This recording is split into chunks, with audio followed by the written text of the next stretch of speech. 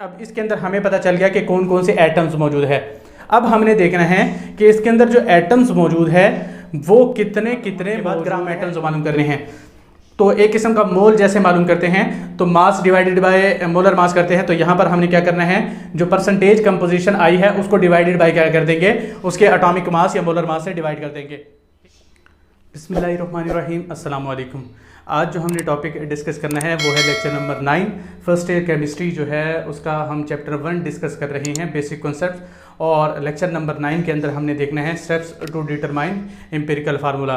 पिछले लेक्चर के अंदर हमने एवरेज एटॉमिक मास को डिफाइन किया था और उसकी इक्वेशन को देखा था, एग्जाम्पल की मदद से हमने सॉल्व किया था फिर, और लास्ट में हमने फिर देखा था कि मॉलिक्यूलर और एम्पिरिकल फार्मूला जो है उनकी डेफिनेशंस को देखा और उनके आपस में रिलेशनशिप को हमने डिस्कस किया। ठीक है जी, अब हमने देखना है कि steps to determine empirical formula. Empirical formula जो है किसी भी एटम का किसी भी मॉलिक्यूल का हम कैसे निकाल सकते हैं, ये हमने देखना है। हम मोस्टली जब भी किसी चीज़ को सिंथेसाइज करते हैं या किसी भी चीज़ की एनालिसिस कर रहे होते हैं तो उसके अंदर हम सबसे पहले एम्पिरिकल फार्मूला जो है वो डिटरमाइन करते हैं और फिर उससे हम क्या करते हैं, मॉलिक्यूलर फार्मूले को डिटरमाइन करते हैं। ठीक है जी, हमने पढ़ा हुआ है रिलेशनशिप के अंदर कि एम्पिरिकल फार्मूले को जब हम n इंटीजर से मल्टीप्लाई करते हैं तो मॉलिक्यूलर फार्मूला आ जाता है। तो डेफिनेटली हम सबसे पहले क्या करेंगे, एम्पिरिकल फार्मूले को डिटरमाइन करेंगे किसी भी मॉलिक्यूल के, फिर उसको हम n इंटीजर से अगर मल्टीप्लाई करें तो लास्ट में हमारे पास क्या आ जाएगा, मॉलिक्यूलर फार्मूला जो है वो आ जाएगा।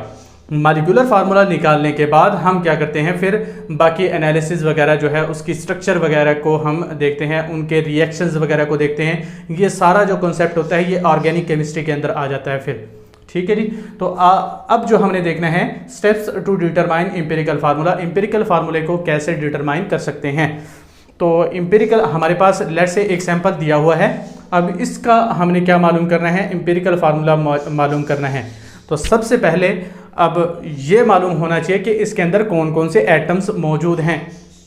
ठीक है जी, एम्पिरिकल फार्मूला डिटरमाइन करने से पहले ये पता होना चाहिए ना कि इसके अंदर कौन कौन से एटम्स मौजूद है। इसके अंदर कार्बन मौजूद है, हाइड्रोजन मौजूद है, ऑक्सीजन मौजूद है, सल्फर मौजूद है, नाइट्रोजन मौजूद है, कौन कौन से एटम्स मौजूद है।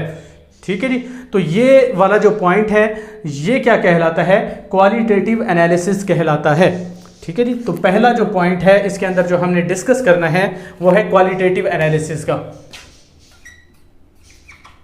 क्वालिटेटिव एनालिसिस, तो पहला पॉइंट जो है वो ये आ जाएगा कि क्वालिटेटिव एनालिसिस करनी है।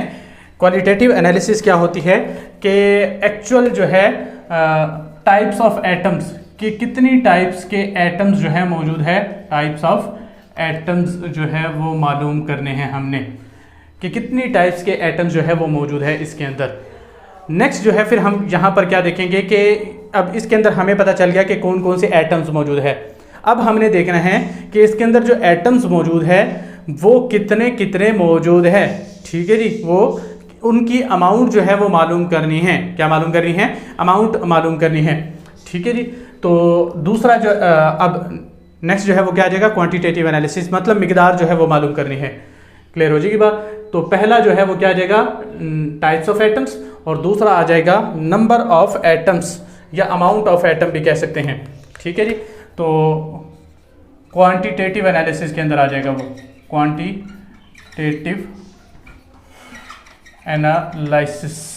ठीक है जी, अब क्वांटिटेटिव एनालिसिस के अंदर हमने क्या करना है, अमाउंट ऑफ एटम्स जो है वो मालूम करनी है कि कोई भी एटम्स जितने भी एटम्स मौजूद हैं वो सारे के सारे जो है वो कितनी अमाउंट के अंदर प्रेजेंट है।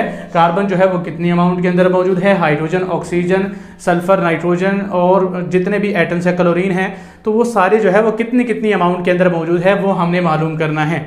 ठीक है जी, तो पहला पॉइंट जो है वो क्या आ जाएगा कि कौन कौन से एटम्स मौजूद है। दूसरा पॉइंट आ जाएगा कि वो जो एटम्स मौजूद है वो कितनी अमाउंट के अंदर प्रेजेंट है। तो क्वालिटेटिव एनालिसिस हो जाएगा और क्वांटिटेटिव एनालिसिस हो जाएगा। नेक्स्ट जो है हमने देखना है परसेंटेज कंपोजिशन। अब परसेंटेज कंपोजिशन जो है वो कैसे डिटरमाइन कर सकते हैं, हमने देख लिया कि हर एटम की हमने क्या निकाल ली है, अमाउंट जो है अभी निकाल ली है। अब उसकी परसेंटेज जो है वो कैसे निकालनी है, ये भी बहुत सिंपल सा फार्मूला है, तो ये भी हम देखते हैं। तो तीसरा जो पॉइंट है वो क्या आ जाएगा, परसेंटेज कंपोजिशन। परसेंटेज कंपोजिशन अब परसेंटेज कंपोजिशन जो है वो कैसे निकाल सकते हैं किसी भी चीज़ की, किसी भी एटम की, ठीक है जी। काफ़ी सारे एटम मौजूद हैं, तो हर एटम की कैसे मालूम कर सकते हैं? Percentage of any atom. Simplicity के लिए मैं फार्मूले को थोड़ा सा मॉडिफाई कर देता हूं, तो आपने वैसे बुक को ही फॉलो करना है, यहां पर समझ लेना है अपने कॉन्सेप्ट को, ठीक है जी। तो परसेंटेज ऑफ एनी एटम जो है वो कैसे मालूम कर सकते हैं? अमाउंट ऑफ एटम, उस एटम की amount over total amount of compound या अमाउंट ऑफ कंपाउंड, ठीक है जी। और मल्टीप्लाई बाय क्या कर देंगे? 100 कर देंगे, क्योंकि परसेंटेज आ गई है। क्लियर हो जाएगी बात? तो इस तरह हम क्या कर सकते हैं? परसेंटेज कंपोजिशन किसी भी एटम की मालूम कर सकते हैं। पहला पॉइंट जो है हमने क्या किया है? टाइप्स ऑफ एटम देख लिया कि कौन कौन से एटम्स मौजूद होंगे। दूसरा हमने देख लिया कि कितनी कितनी अमाउंट के अंदर प्रेजेंट है। तीसरा पॉइंट जो है हमने देख लिया कि हर एक की परसेंटेज कंपोजिशन फिर क्या होगी। तो परसेंटेज कंपोजिशन कैसे निकालेंगे कि उस एटम की अमाउंट ओवर हम क्या कर देंगे? टोटल अमाउंट मल्टीप्लाई बाय क्या कर देंगे? 100 कर देंगे, तो परसेंटेज कंपोजिशन जो है वो मालूम हो जाएगी, ठीक है जी। नेक्स्ट जो है वो हमने देखना है ग्राम एटम्स जो है मालूम करने हैं। ग्राम एटम्स एक किस्म का मोल वाला रिलेशनशिप जो है वो हम डिस्कस कर रहे हैं। तो मोल कैसे मालूम करते हैं?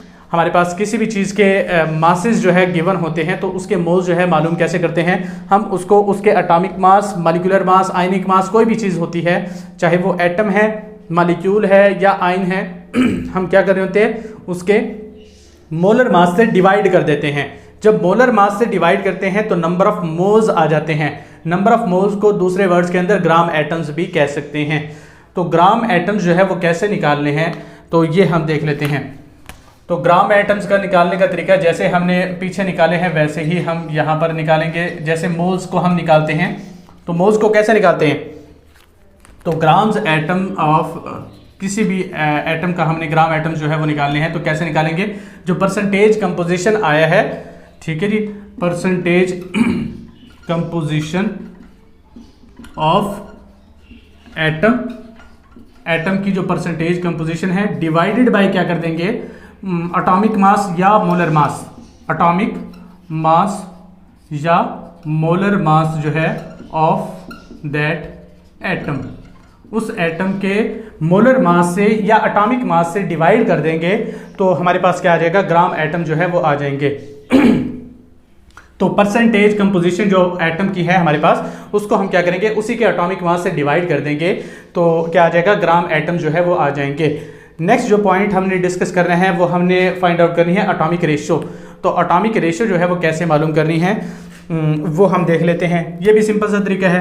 तो एटॉमिक रेशियो, अब एटॉमिक रेशियो जो है वो कैसे मालूम करते हैं ये हमने देखना है। तो एटॉमिक रेशियो हमने मालूम करनी होती है। ग्राम एटम्स जो आए हैं हमारे पास, तो हमने करना क्या होता है? हर ग्राम एटम को, जितने भी एटम्स हमारे पास मौजूद है, जैसे कार्बन है, हाइड्रोजन है, ऑक्सीजन है, हर एक के अलग अलग ग्राम एटम्स आएंगे। हमने करना क्या है? जो सबसे स्मॉलेस्ट ग्राम एटम होगा उसको डिवाइड कर देना है हर एक ग्राम एटम पर, ठीक है जी। होगा क्या कि स्मॉलेस्ट जो ग्राम एटम की वैल्यू है, smallest value of gram atom, उसको क्या कर देना है? डिवाइड कर देना है। डिवाइड कर देना है क्या? ये आप खुद ही देख लेना कॉन्सेप्ट कि स्मॉलेस्ट जो है क्या होगी? वैल्यू होगी ग्राम एटम की, उसको डिवाइड कर देना है हर एक जो है, हम क्या कह देते हैं कि हर एक के ग्राम एटम पर, ठीक है जी। जो ग्राम एटम्स की वैल्यू आएगी, कार्बन की लेट से मैं कहता हूं कि 12 आई है, हाइड्रोजन की आई है 10 आई है, और ऑक्सीजन की आई है 14, ठीक है जी। 12, 10 और 14 है। तो हम करेंगे क्या? जो सबसे स्मॉलेस्ट वैल्यू है वो है 10, तो 10 को हम 12 पर भी डिवाइड कर देंगे, 10 पर भी डिवाइड करेंगे और 14 पर भी डिवाइड करेंगे, ठीक है जी। तो डिवाइड करने के बाद जो है हमारे पास क्या आ जाएगी? हर एक एटम की एटॉमिक रेशियो जो है मालूम हो जाएगी। तो कार्बन की भी डेफिनेट कुछ रेशियो आएगी, हाइड्रोजन की भी वैल्यू आएगी और ऑक्सीजन की भी आएगी, अगर वो होल नंबर के अंदर है, ठीक है जी।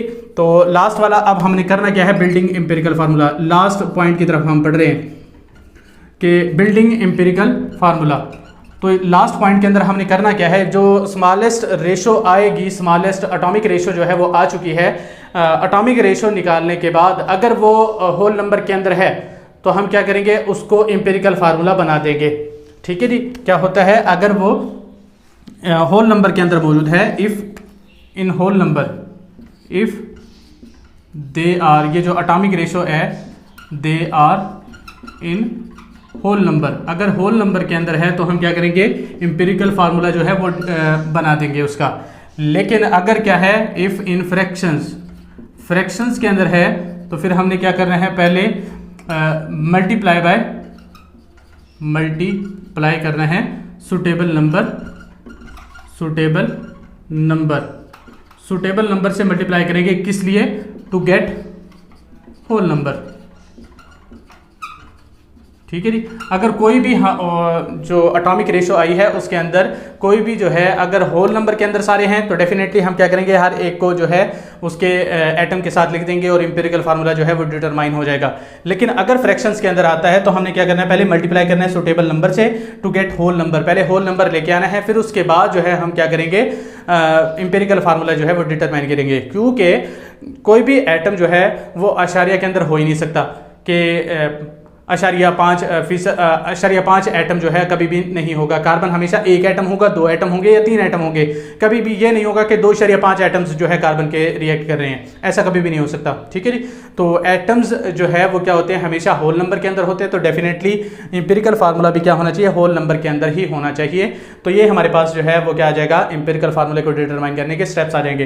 तो पहला पॉइंट क्या है कि कोई भी हमारे पास एलिमेंट या जो सैंपल मौजूद है उसके अंदर जो है टाइप्स ऑफ एटम्स मालूम करेंगे कि कौन कौन से एटम्स मौजूद है, फिर उसके अमाउंट ऑफ एटम मालूम करेंगे कि हर एटम की अमाउंट क्या है, फिर उसके बाद उसकी परसेंटेज कंपोजिशन मालूम करेंगे। परसेंटेज कंपोजिशन कैसे मालूम करेंगे, उस एटम की amount divided by total amount multiply by 100 कर देंगे। परसेंटेज कंपोजिशन मालूम होने के बाद ग्राम एटम्स मालूम करने हैं, तो एक किस्म का मोल जैसे मालूम करते हैं तो mass divided by molar mass करते हैं। तो यहाँ पर हमने क्या करना है, जो परसेंटेज कंपोजिशन आई है उसको डिवाइडेड बाय क्या कर देंगे, उसके एटॉमिक मास या मोलर मास से डिवाइड कर देंगे।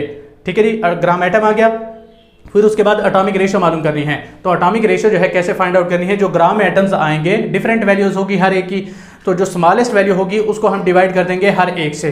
तो एटॉमिक रेशो अगर होल नंबर के अंदर आ गई है तो एम्पिरिकल फार्मूला मालूम कर लेंगे, और अगर फ्रैक्शन के अंदर आती है तो सुटेबल नंबर से मल्टीप्लाई करेंगे, और हमारे पास होल नंबर अगर आ जाता है तो फिर हम क्या करेंगे, उसको एम्पिरिकल फार्मूले से रिलेट कर देंगे। एम्पिरिकल फार्मूला जब मालूम हो जाता है तो फिर हम उसके मदद से हम क्या कर सकते हैं, मॉलिक्यूलर फार्मूला डिटरमाइन कर सकते हैं, और उससे हम मैनी स्ट्रक्चर्स उसके और काफ़ी सारी प्रॉपर्टीज़ जो है वो क्या कर सकते हैं, डिटरमाइन कर सकते हैं। तो ये था हमारे पास नेक्स्ट लेक्चर जो है, जो हमने देखा है steps to determine empirical formula. Next जो लेक्चर हमने देखना है कंबशन एनालिसिस, तो उसको हम नेक्स्ट लेक्चर के अंदर डेफिनेटली डिस्कस करेंगे। तब तक के लिए अल्लाह हाफिज़।